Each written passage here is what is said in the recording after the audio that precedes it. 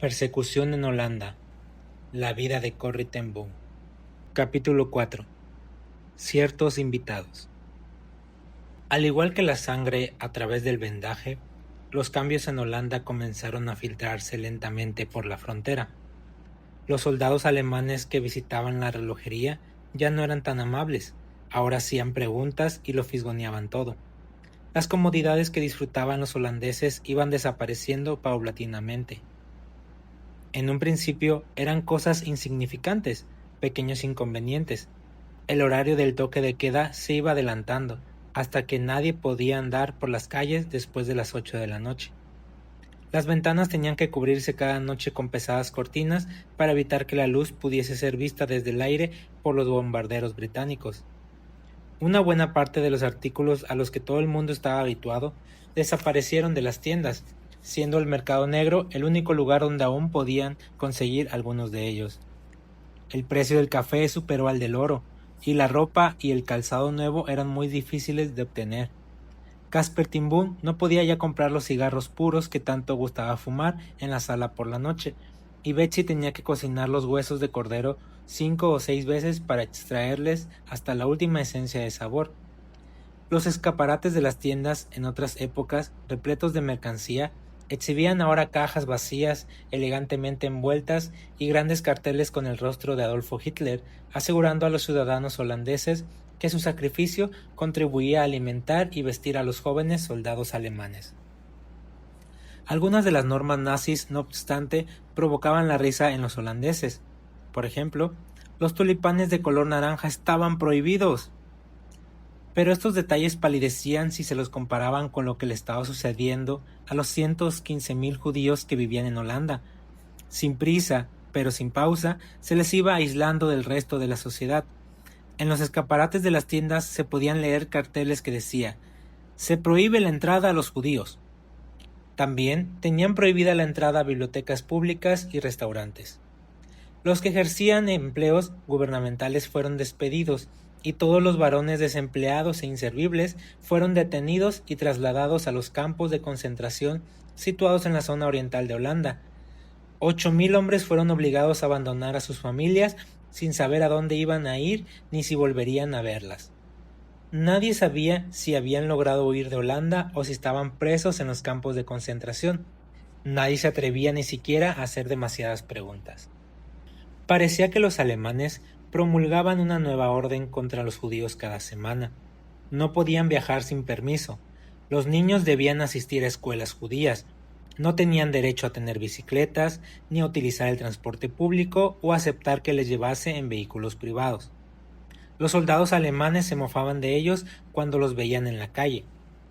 Corrie esperaba aquella conducta de los invasores, pero tristemente muchos holandeses estaban dejando influenciar por la denigrante actitud hacia los judíos. Los nazis formaron un grupo en Holanda denominado Unión Socialista Nacional, NSB, al cual se unieron muchos holandeses. Sus miembros recibían las mejores viviendas, mayor número de cupones de racionamiento y prioridad a la hora de comprar nuevos productos en las tiendas. El combustible para los automóviles en camiones escaseaba, y tan solo el ejército alemán y los integrantes del NSB podían comprarlo. Para muchos holandeses, los cupones de racionamiento adicionales, la vivienda y la gasolina era un incentivo suficiente para apoyar a los nazis y vigilar las actividades de los judíos. Pero para Corrie, y lo más peligroso era que los miembros del NSB aceptaran las ideas de Hitler y quisieran que Holanda formase parte de su raza perfecta. La guerra daba giros escalofriantes. Para sorpresa de todos, en junio de 1941, Hitler ordenaba el ataque al ejército ruso. Sin embargo, los rusos eran teóricamente sus aliados en la guerra.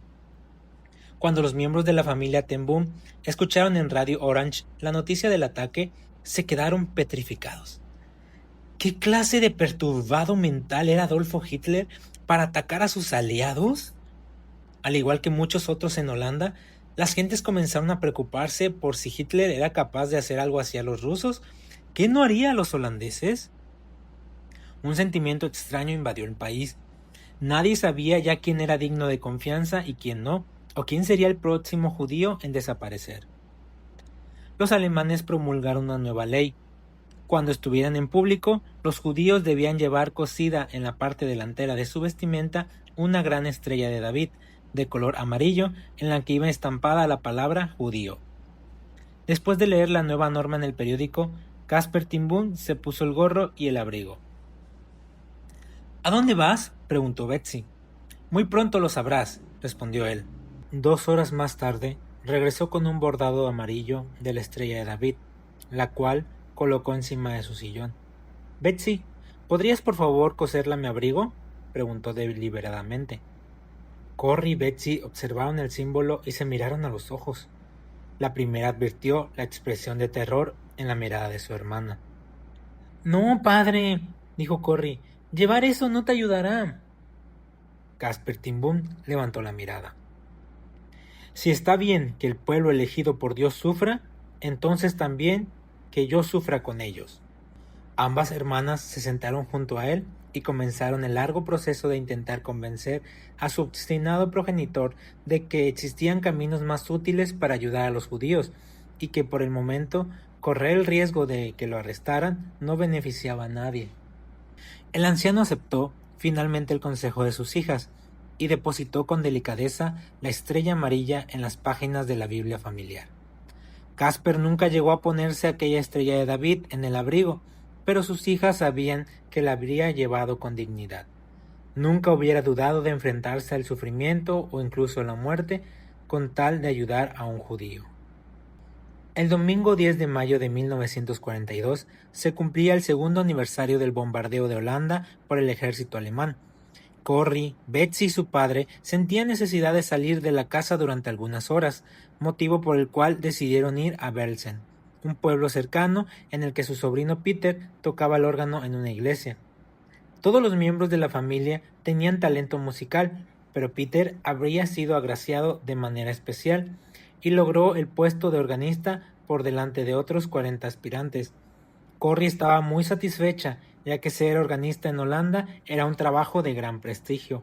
Confiaba en que éste le ayudaría a evitar tener que ir a Alemania a trabajar en una fábrica como tantos otros jóvenes holandeses.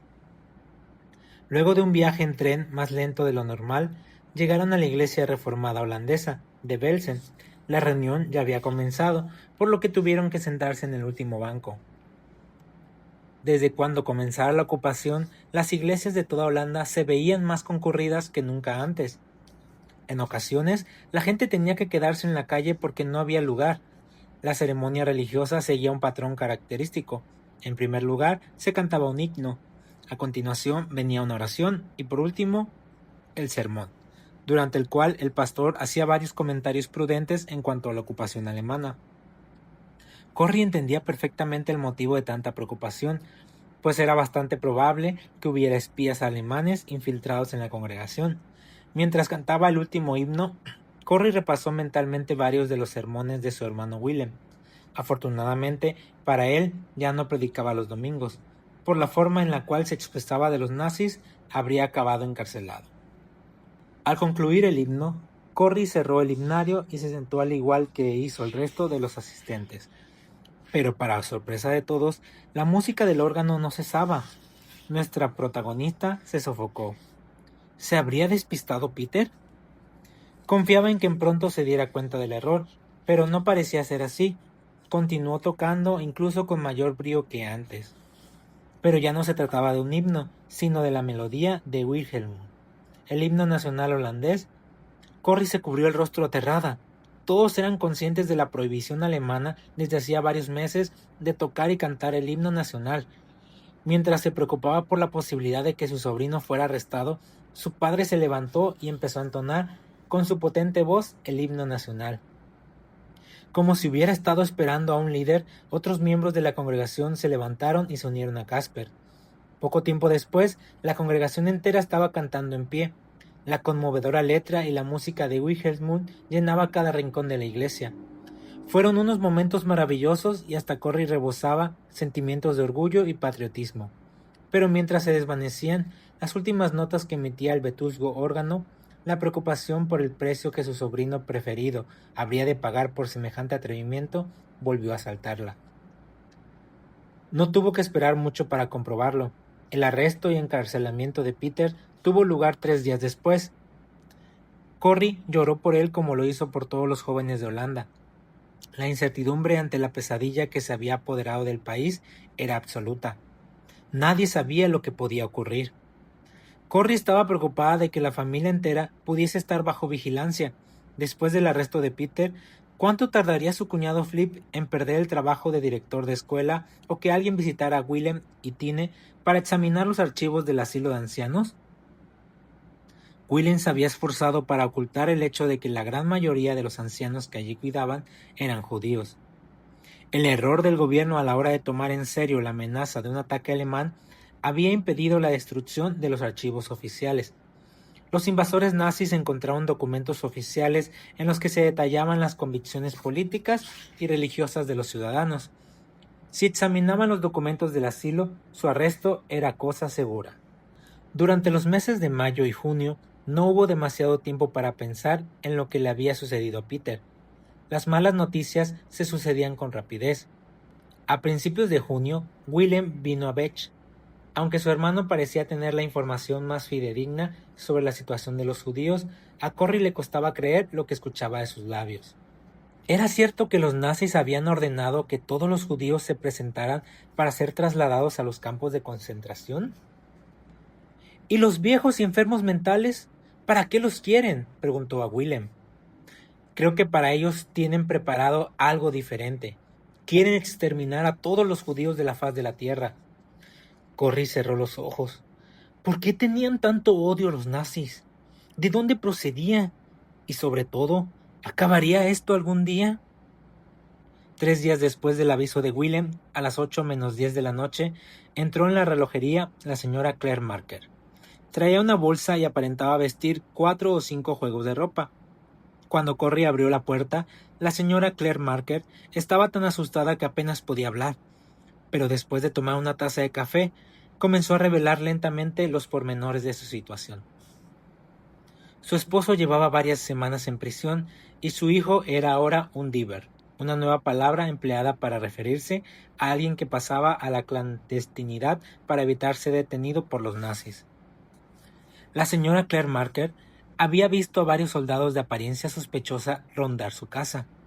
Presa del pánico, se puso la vestimenta más cálida que encontró, reunió algunas pertenencias especiales y huyó por la puerta trasera. Tenía miedo de regresar a su casa y quería saber si los Ten Boom podrían ayudarla. No tenía otro sitio a donde ir. No fue necesario que dijera más. Casper Ten Boom no llevaba cosida en el abrigo la gran estrella de David amarilla, pero estaba dispuesto, como lo estaban sus 2 hijas, a socorrer a cualquier judío que lo necesitara. La señora Claire Marker fue invitada a quedarse en Beach hasta cuando encontrara un lugar más permanente. La situación se repitió una semana después. En esta ocasión fueron 2 las personas que se presentaron a la puerta. La respuesta de los Ten Boom fue idéntica. Mientras le servían una segunda taza de café, Corrie se maravilló de la compostura de sus nuevos invitados ante tanta sinrazón. La llegada de sus familias a Holanda se remontaba al siglo XVI, época en la que sus antepasados fueron expulsados de España y Portugal por la Inquisición. Y ahora se les perseguía como alimañas por unos agentes de policía que en otro tiempo habían sido leales a una reina amante de la paz. El escenario parecía ser el adecuado, no así el guión que algunos interpretaban. Pero no había demasiado tiempo para pensar en la horrible situación en la que estaba inmersa la nación. Había demasiadas cosas de las cuales debían ocuparse. La más urgente era conseguir los alimentos básicos. Los ocupantes de Beach se habían duplicado, pero los nuevos inquilinos, siendo judíos, no tenían acceso a los cupones de racionamiento. La vivienda estaba situada en una concurrida esquina del centro de la villa y carecía de lugar en donde plantar un pequeño huerto. Tenían que encontrar la forma de conseguir suficiente comida para todos. Corrie no sabía qué hacer. Lo único que se le ocurrió fue ir a hablar con Willem. Sabía que su hermano formaba parte de la resistencia. Tal vez conociera a alguien que pudiera ayudarlos. Al día siguiente, tomó el tren de Halbersum y durante el viaje pensó que sería mejor que los 3 invitados se trasladaran al campo, si ello fuera posible. De esa forma tendrían mayor libertad de movimiento. Tal vez hasta pudieran ayudar a agricultores y ganarse el sustento. Corrie sabía que a pesar de las demandas del régimen nazi para que enviasen sus cosechas a las tropas alemanas, los agricultores hallarían la forma de guardar suficiente comida para sí mismos y sus ayudantes. Al llegar al asilo, encontró a William en la oficina, ocupado con el libro de cuentas. Tras cerrar la puerta, dijo: «He venido para hablarte de un problema». William arqueó las cejas. «¿En qué lío se ha metido mi atrevida hermanita esta vez?», preguntó en tono distendido, aunque Corry percibiera su preocupación en la respuesta. «Tenemos varios invitados en Beach, pero no tenemos comida suficiente». William captó de inmediato lo que su hermana quería comunicarle. «¿De cuánto estamos hablando?», preguntó. «Por el momento son 3, pero podrían ser 3 más cuando regrese a casa», replicó Corry con sinceridad. William golpeó ligeramente la mesa con los dedos. «Tengo varios contactos. Tal vez pueda encontrarles dónde quedarse. Si tienen cupones de racionamiento». Corry miró sorprendida a su hermano y dijo: «¿Cupones de racionamiento? ¿Cómo van a tenerlos? ¡Son judíos!». William colocó su mano sobre el brazo de Corry y dijo: «En este momento no tienen, pero la semana que viene podrán tenerlos», indicó en un tono que sonaba más a afirmación que a pregunta. Corry intentó comprender el significado de lo que acababa de escuchar, pero este le era esquivo. «Hay maneras de conseguir cupones de racionamiento. Una de ellas es robarlos».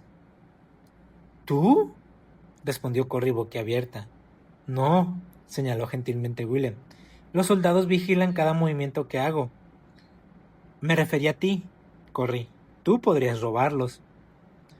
2 horas después, mientras caminaban por Baterlogistrack en dirección a su casa, aún no habían conseguido sobreponerse al sobresalto que le produjo la sugerencia de su hermano. ¿En qué estaría pensando William? Una relojera solterona de 50 años que jamás había llevado ni tan siquiera un clip de un banco, ¿iba a ser capaz ahora de robar cupones de racionamiento ante las mismas narices de los alemanes? Algo en su interior le empujaba a gritar: «¡De ninguna manera!». No quería que su vida se viese alterada de tal forma.